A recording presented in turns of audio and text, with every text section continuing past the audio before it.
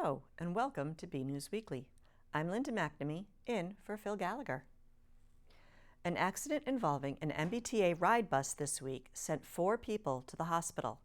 Police Chief Michael Kent and Fire Chief Stephen Yetman reported that the Burlington Police and Fire Departments responded to a crash on Wynn Street and Wyman Road at approximately 8:45 a.m. on Wednesday. Upon arrival, police and firefighters found that the crash had involved 2 vehicles, a ride, small passenger bus, and a car. Police say 4 patients, including the drivers of both vehicles and 2 passengers on the bus, were taken to local hospitals by Burlington Fire Ambulance, Woburn Fire Ambulance, and 2 Armstrong ambulances.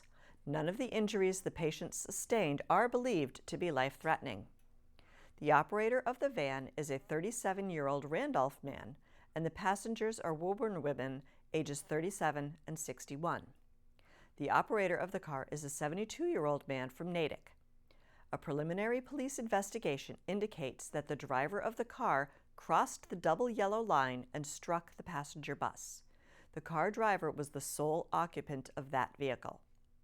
The bus involved in the crash is registered to the Massachusetts Bay Transportation Association, or MBTA, as part of the RIDE service.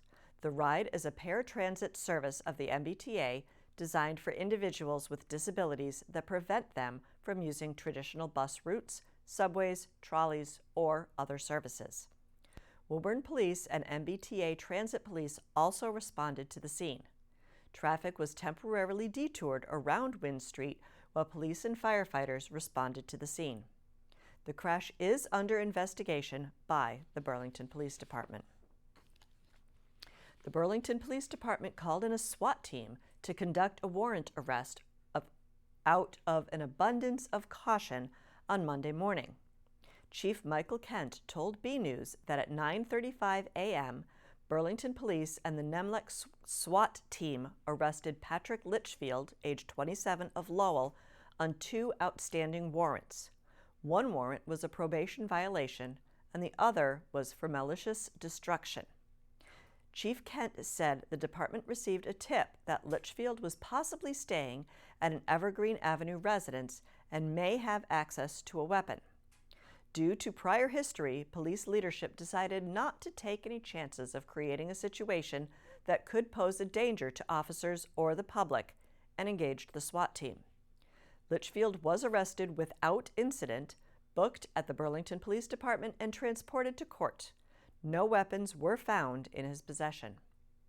According to police department logs, Litchfield was arrested in Burlington on November 23, 2018, on charges of carrying a loaded firearm without a license, possessing ammunition without an FID card, carrying a dangerous weapon, and assault and battery on a police officer.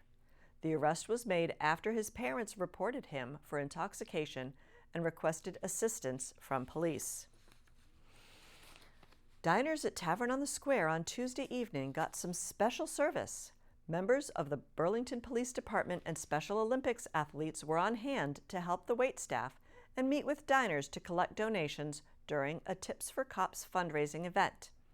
BNews Director Rich Hosford was there and has this report. Diners at Tavern in the Square on Tuesday, July 16th received some extra attention as they waited for their meals. Members of the Burlington Police Department were making their way around the restaurant with Special Olympic athletes to raise funds for the program during a Cop Fundraiser. They gave diners envelopes where they could place donations as tips that would go towards the Special Olympics. The event was to support all the work the organization does throughout the year. Special Olympics is a year-round sports organization for individuals with intellectual disabilities, and through the power of sports, we are creating a more inclusive world for athletes like these 2 handsome men next to me, but more importantly, the people in their communities. We're creating a more inclusive world for them and everyone else. Fundraising is key for the Special Olympics because all their services and events are free for the athletes. Yeah, so Special Olympics does not charge athletes to participate in our sports program, so we rely very heavily on community partners and community fundraisers like Tavern in the Square and Burlington Police Department and Tip a Cop. The Tip a Cop event is also a way to bring the athletes and members of the police department together to better get to know each other. Anytime we can get out and interact with the community, it's obviously a good thing. And there's obviously people that use this program that are living in the community. So it gets us out there, we get to meet them, they get to meet us on a one-on-one level where it's like a fun environment and everybody seems to get along and they're able to see each other in a different light, see us in a different light. So when I got offered the opportunity to assist with this, it was kind of a no-brainer. So luckily I was able to get some other officers down here and do the best we can to try and raise some money for them. It offers a very organic engagement opportunity for the officers to get to know the athletes in their area and also the Special Olympics athletes and individuals with intellectual disabilities in their communities to get to know their law enforcement agencies. Events like this in places like Tavern in the Square also serve as an opportunity for diners to meet with Special Olympic athletes and to learn about the program. You factor in the restaurants, local businesses like Tavern in the Square, and the guests that come to the restaurant and are going to be dining here with us tonight. They live and work and have fun in these communities as well, and so it's just an opportunity to bring everyone together to raise funds and spread awareness about Special Olympics, but more importantly about inclusion and joy and acceptance and the love of sport. So that's why we're here. Finally, wanting to know what makes the Special Olympics so great, I asked a couple of the athletes. Just being as a team. Being a team get together and everyone cheering on and doing your best. I think the program is the best for me and for my family, and I think it's awesome to be a part of it, and I love it so much. From Tavern in the Square, I'm BNEWS Director Rich Halsford. Thank you, Rich. The Burlington Recreation Commission and Parks and Recreation Department are considering putting up signs warning people that playground equipment can be hot after a news report of a 20-year-old woman getting burned was aired. During the Commission's meeting on Monday night, Parks and Recreation Director Brendan Egan said he had received information from the Burlington Police Department about the burn complaint.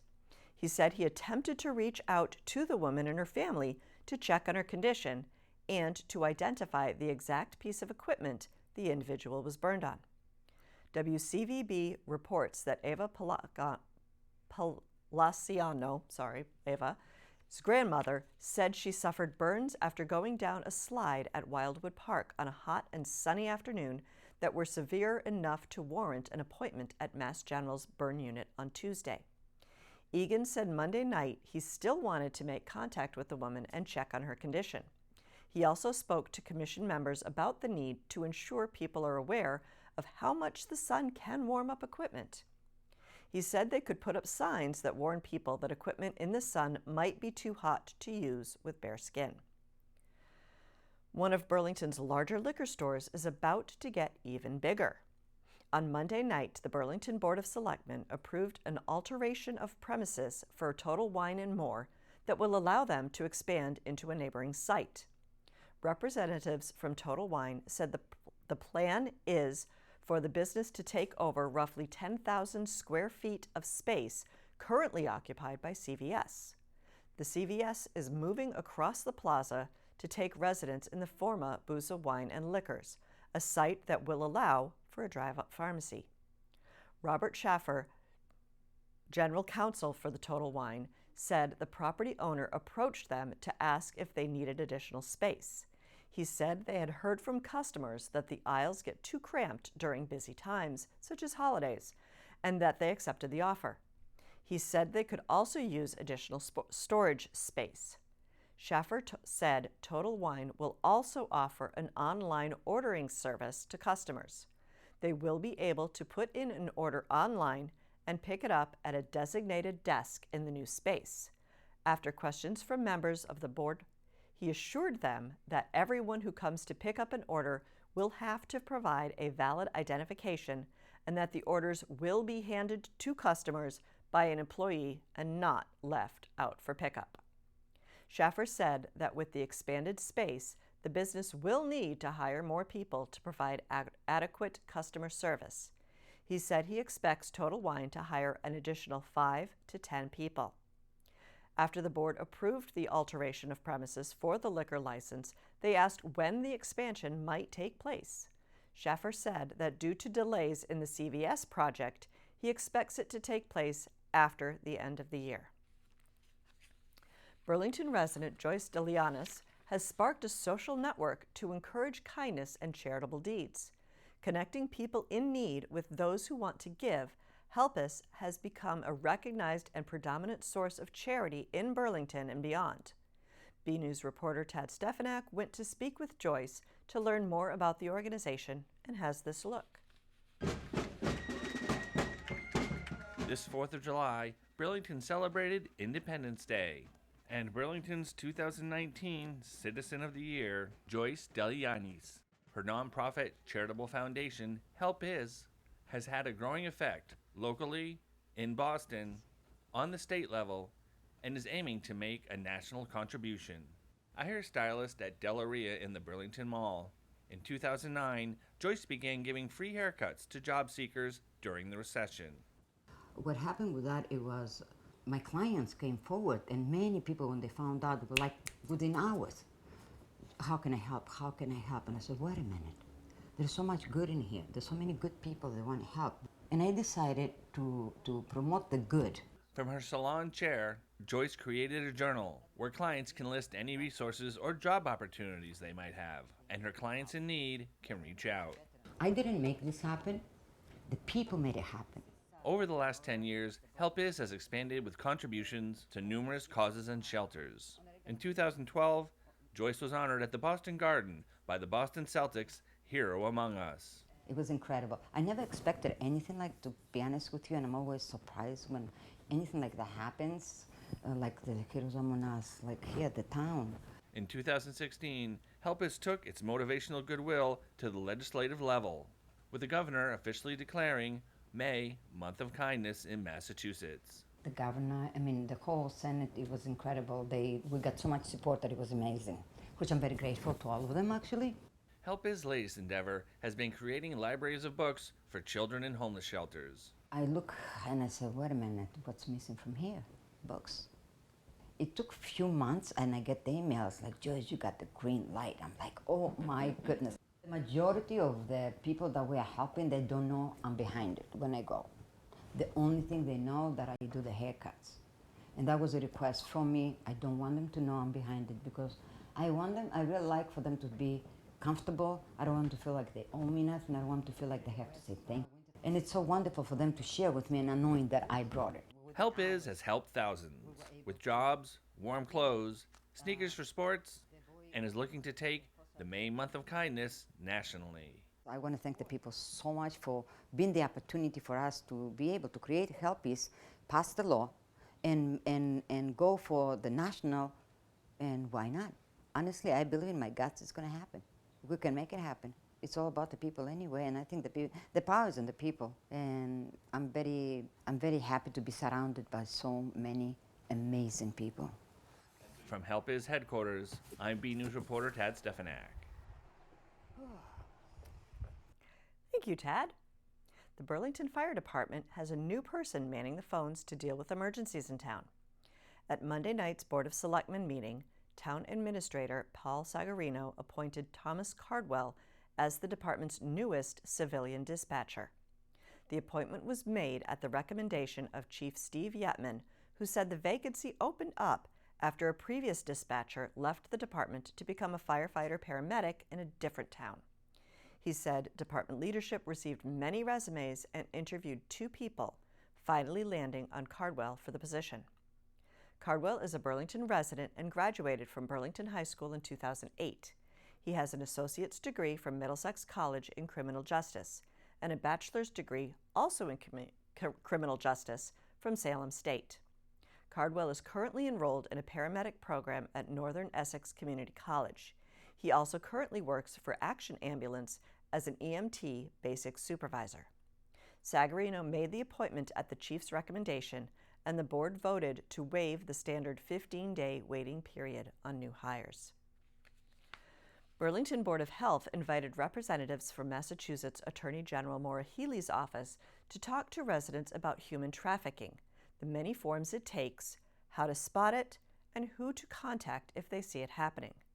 BNews Director Rich Hosford was there and has this report. Representatives from State Attorney General Maura Healey's office were at Grandview Farm last week to discuss a dangerous issue that lurks often undetected in plain sight: human trafficking. They were there to share with residents and law enforcement officials tips to spot it and what resources are available to help victims. It was an effort to spread the word about how human trafficking is practiced and what forms it takes to have a more informed citizenry. It's great that we were able to come here today and talk to people about being aware, raising their awareness and their understanding so that, if they're encountering or interacting with potential survivors, victims of human trafficking in their community, they are able to understand and recognize the signs and potentially, make referrals, make connections to resources for victims and survivors. Many people have read or seen stories about human trafficking for the purpose of prostitution, but it comes in many forms, including labor trafficking, a modern form of slavery that people might see without even realizing it. I think, labor trafficking is something that goes, it's definitely underreported and not visible because, as we talked about, work is not inherently alarming. So I think raising people's awareness to the fact that labor trafficking is out there, that's happening, and maybe right under your nose is something that's really important to get out to people. The presenters hope that by sharing this information, they can teach people how to spot the warning signs and potentially get victims some help. Ideally, just making sure people are safe is the idea, and raising people's awareness to focus on the issues. Thinking about people being exploited in our community is something obviously we all are interested in preventing, and making sure that we can keep people safe in our community and prevent this from happening is the goal. After the presentation, one member of the Board of Health said she thought raising awareness of human trafficking is an important part of addressing the issue. Well, speaking for myself, I think it's an important topic to cover so that we are all aware, number one, that it exists, which I think most people understand, but understand also the areas that are most vulnerable, the people that are most vulnerable, the jobs that are most vulnerable, and just become aware and think twice when you get yourself into a questionable situation.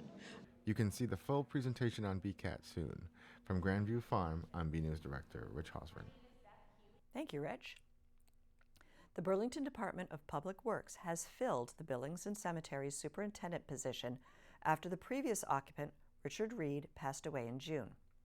Town Administrator Paul Sagarino appointed current Buildings and Cemetery Lead Foreman Frank Anderson to the position at the recommendation of DPW Director John Sanchez.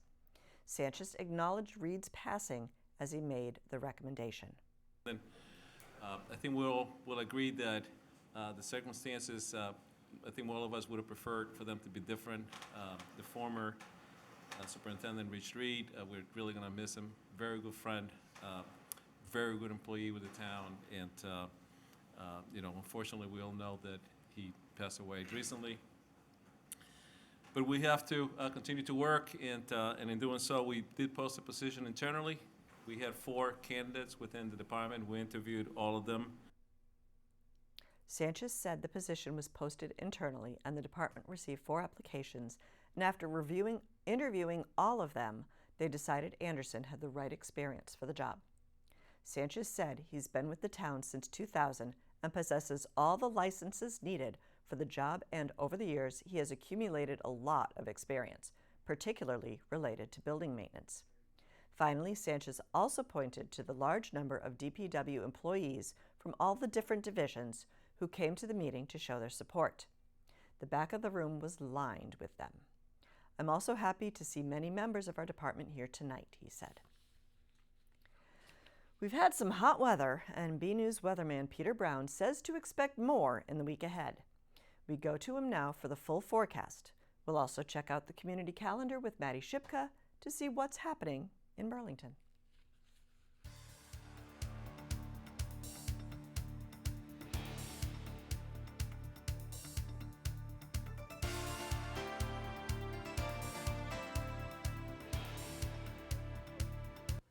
Well, hello everyone, and this is Peter Brown with a look at your weather for the next 7 days. And here we are in the middle of July, and we are going to have some incredibly hot temperatures coming up in the next 7 days. If you are somebody who loves the heat, then this is going to definitely be the forecast for you. Now, starting out our period on Thursday, doesn't really look like we're going to be having too much hot weather looking at this high that we're expecting. The reason why we're going to be seeing this is because we're going to be seeing a lot of heavy showers and thunderstorms on Thursday, courtesy of the remains of what was once Hurricane Barry down in the Gulf of Mexico. So we're going to see temperatures only topping off probably in the mid-70s, but it's going to feel very oppressive out there. This is not going to be a dry feeling 77. This is going to be pretty close to 100% humidity, so it is going to feel very sultry out there. So don't be fooled by this temperature. Now, our average highs at this time of the year should be in the mid-80s.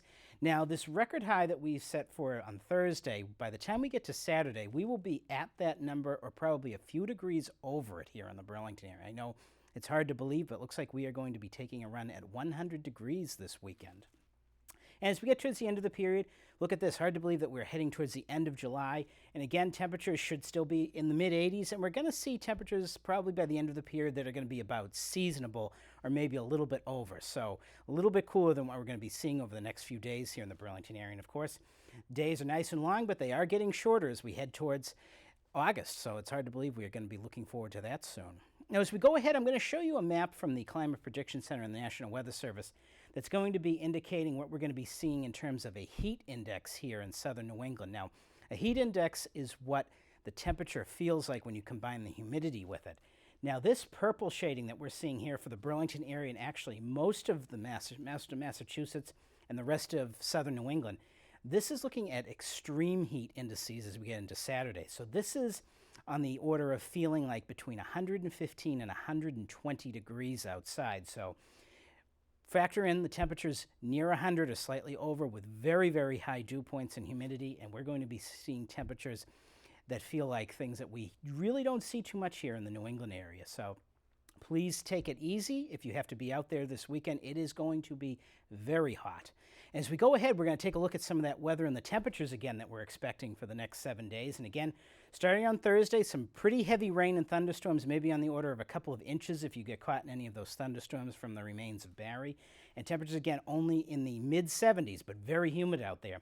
Now, as we get into Friday, we are going to see the skies clear as a warm front passes us by, and we are looking at temperatures heading up into the mid-90s on Friday. Now, look at this. I want you to also take a look at the overnight lows, Friday night going into Saturday morning. I don't think we're going to be dropping much lower than 80 here in the Burlington area. And in fact, if you were in Boston at all on Friday night, temperatures may not get cooler than 85 or 86. And look at this Saturday, blazing sun out there, folks, a high of 100 degrees in the Burlington area. We don't put that on the graphics too much, so this is something to really be looking out for. And again, going into nighttime, very warm at night. And Sunday, we're going to see the air dry out a little bit, but again, temperatures up in the mid and upper 90s again. And it won't be until we get to Monday that we see the temperatures start to cool off in the Burlington area as we introduce the chance of some showers and thunderstorms with a cold front. Again, though, temperatures getting up to around 90. And then as we head into Tuesday and Wednesday, looks like the humidity is going to really drop here in the area, but still going to be kind of warm, about average to slightly above. So something to look out forward to, but when we get to Tuesday and Wednesday, we are going to definitely notice a much more comfortable air mass here in the Burlington area. So everyone, stay out there, stay safe in the heat, and have a great week.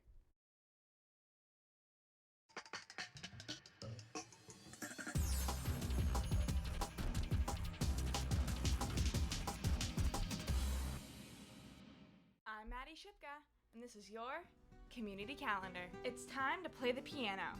On Thursday, July 25th, from 6 to 10 p.m., Tuscan Kitchen in the district will welcome New York City's Shake, Rattle, and Roll dueling pianos to their Burlington restaurant for a night of interactive music entertainment paired with artisan Italian cuisine. Everyone is welcome and pre-registration is required. The cost of the event is $75 per person, and for more information and to register, visit duelingpianos.eventbrite.com. Get ready for the wonders of science. Also on Thursday, July 25th, from 6:30 to 7:15 p.m., the Burlington Public Library will be having a show called Mad Science Up, Up, and Away. This spellbinding show illustrates the principles of air pressure and will demonstrate how the forces at work affect the world around us.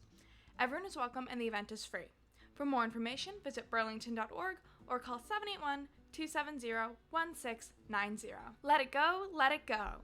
On Friday, July 26th and Saturday, July 27th, the Burlington Educational Summer Theater will be performing Disney's Frozen Jr. The performance will be held at the Folberg Auditorium at Burlington High School. Everyone is welcome. For tickets and showtimes, visit burlingtontheater.com. I'm Maddie Shipka, and this has been your Community Calendar. Thank you, Maddie, and thank you, Peter. In the latest Parks and Rec review, we join Parks and Recreation Director Brandon Egan as he talks with maintenance staff members to find out how they keep the parks looking beautiful throughout the year.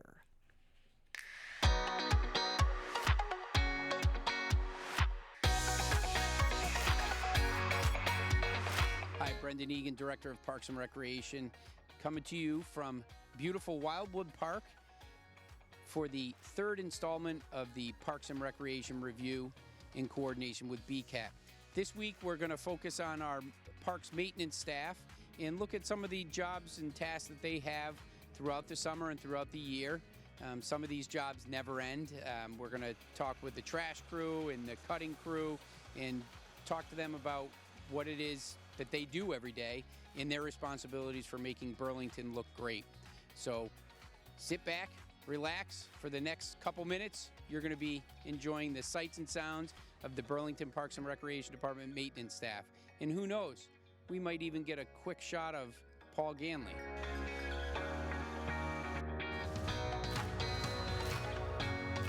All right, we're here at the center school behind the Parks and Recreation Department with AJ Forty, one of our park maintenance craftsmen who runs the cutting crews in the summer. AJ, tell us a little bit about your daily routine.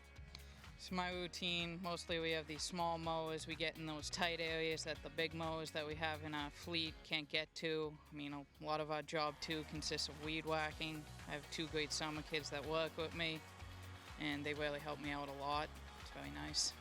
That's good. So you talked about some of the smaller, more versatile mowers that we have in our fleet, and you're able to get out around fences and around the buildings a little tighter than the big mowers and a lot around some of the trees. There's a lot of that out there in town, isn't there? Yeah, there's a lot of parks. I mean, we take care of obviously the parks. I mean, there's a ton of baseball fields, all those type of fields, playgrounds, the town buildings.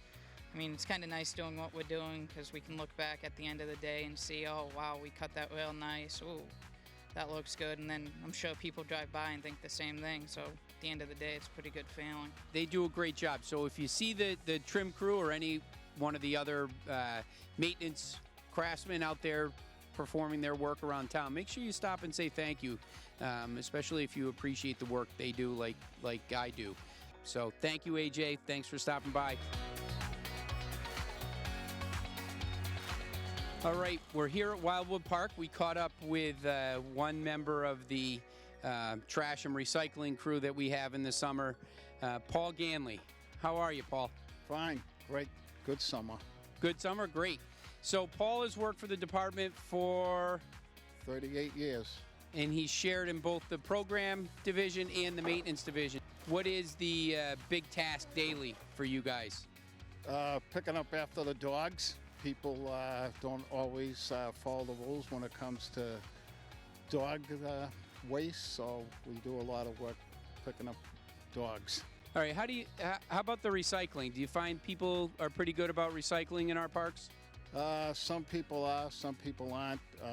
Some people throw things in the recycle bins that we can't recycle, and some people do it right. Paul, thanks for being a good sport and coming on with us and keeping our parks and playgrounds and school and town buildings clear of trash and recycling. Thank you, Paul. You're welcome. Thank you for tuning in to another edition of the Park and Rec Review on BCAT. I'd like to thank AJ and Paul for taking a couple minutes out of their day to speak with us. And I hope that you were able to get a little snapshot of what the Parks and Recreation maintenance staff has ahead of them every day. So until next week, this is Brendan Egan signing off for another edition of the Parks and Rec Review.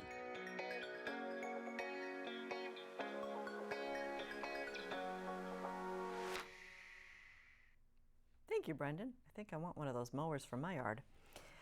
In related Parks and Recreation news, the department and the Rahanis Tennis Association held their 16th annual Rahanis Park Open.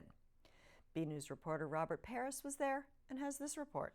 Last weekend, the Rahanis Tennis Association and the Burlington Parks and Recreation Department held their 16th annual Rahanis Park Open. So basically it's the Rahanis Park Tennis Association's built up of a lot of people, in the Burlington tennis programs. Basically it's an annual tennis tournament we do.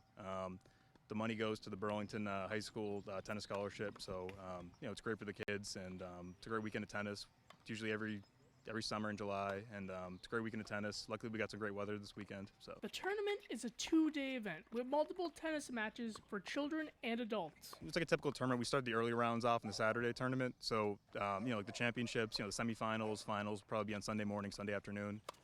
We got a lot of people playing singles and doubles, so some of them could be on the courts for about 4 hours today. So there were a lot of preparations the association had to go through before the event. We had a meeting in May to organize this, and everyone did a great job setting this up and marketing it through Facebook, through both the Burlington Tennis Twitter accounts. So yeah, I'd say a couple months. I had a chance to speak with some of the participants at Rahanis. I won. It was tough. It was 7-5, 6-1, but he got everything back, and he was quick, and really made me work. And I finally figured it out. But it was a good first match for sure, and that was a really good competitor. That guy. We lost because we haven't touched a racket since the end of the season, so it's pretty rough. Yeah, very rusty, but it's all right. I got to play with my dubs partner again. Yeah. It's good. Yeah, just touching the racket too, Yeah. just hitting balls. It's fun. Don't go in a tournament without practicing. Yeah, for sure. Yeah, next year definitely gonna be more prepared. Yeah. In conclusion, the organizers are very pleased to see everyone coming out and showing their support for the Rahanis Park Open. Tennis is a great sport, and it's a sport you can play your whole life. And we have, as you can see, we have people ranging from all ages, from I think, 11 years old in this tournament to about 70 years old. So. It's a great sport. Everyone can play it. It's great to see all the the high school kids on the team currently playing, see a lot of the alumni play, coaches, former coaches coming back. It's just great to see everyone come together and enjoy a fun weekend. From Rahanis Park, I'm Robert Paris for BNEWS Weekly. Thank you, Robert. Another week, another photo to highlight. This week, we have a photo of a woman who has spent over 2 decades helping to ensure Burlington residents have the right books available for enjoyment, learning, and expanding their worlds. It's from the Burlington Public Library and shows the retirement party of Carol Johnson, who has worked at the circulation desk for over 20 years. Carol is seated with other library staff gathered around her to celebrate her long career. Best of luck in retirement, Carol. We'd like to see your photos. They could be of something you see around town, the weather outside your own door, or even photos of your family members and pets. Whatever you think is interesting and would like to share. Email your photos to bcat@bcattv.org with the subject line, Photo of the Week. Well, that's it for this week's edition of BNEWS Weekly. I'm Linda McNamee. Stay cool, enjoy your week, and I'll see you around town. Good night.